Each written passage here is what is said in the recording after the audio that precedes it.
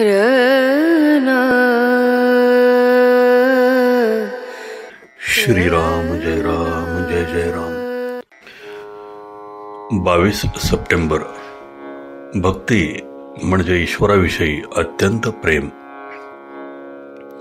एखाद्या मोठ्या यंत्रामध्ये एक चक्र असे सुरू झाले की बाकीची सर्व चक्रे आपापल्या परी हळू किंवा जलद फिरू लागतात. त्याचप्रमाणे आपल्या मनाचे आहे. मनाची एक शक्ती काम करू लागली की तिच्याबरोबर इतर सर्व शक्ती देखील हालचाल करू लागतात. मनाला आपल्या शक्तीने ताब्यात आणणे फार कठीण आहे. ते थोर माणसालाच जमण्यासारखे आहे.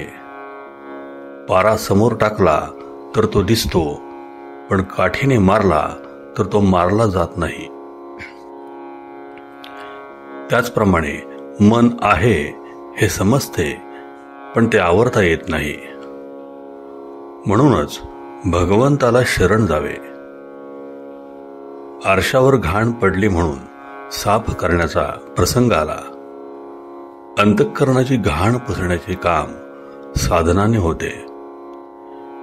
मिरच्या, मिरे, मीठ इत्यादी पदार्थ एकत्र करून जसा सुंदर मसाला तयार करतात, त्याप्रमाणे भगवंताच्या प्राप्तीसाठी 3 गोष्टींचा मसाला पाहिजे. शुद्ध आचरण, शुद्ध अंतःकरण आणि भगवंताचे नामस्मरण.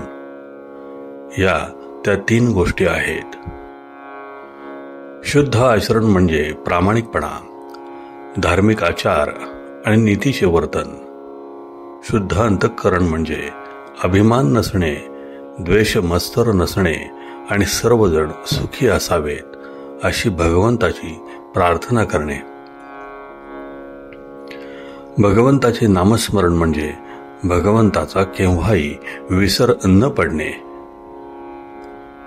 नवऱ्याला देव आवडत नाही म्हणून बायकोने नामस्मरण सोडण्याचे कारण नाही. तिने नाम घेतले तर पत्नी धर्म सोडला असे होत नाही. मनात येणारे भलते सलते विचार हे नामाच्या प्रेमाला आडकाठी करतात. त्यांचा बंदोबस्त करण्याचा उपाय म्हणजे या विचारांना थाराच देऊ नये म्हणजे झाले.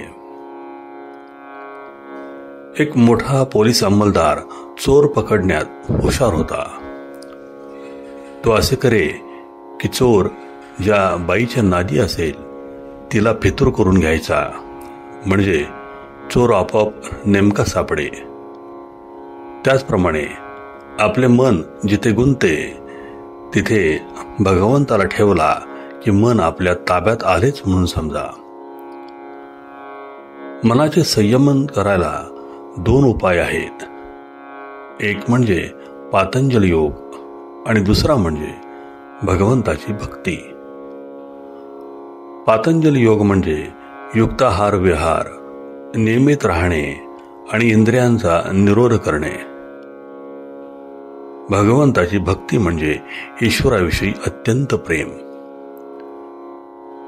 या प्रेमाची साधने कोणती तर भगवंताचे नामस्मरण, त्याचे कथा कीर्तन, साधू समागम आणि त्यातल्या त्यात सद्गुरूची कृपा ही होत. भगवंताच्या स्मरणाशिवाय जी कर्मे होतात ती वाईट कर्मे होत. कोणताही खाण्याचा किंवा पिण्याचा पदार्थ भगवंताचे नाम घेतल्याशिवाय खायचा नाही असा नेम ठेवला तर नाम आपोआप येते. कोणत्याही परिस्थितीत आपण नामस्मरणापासून ढळूच नये.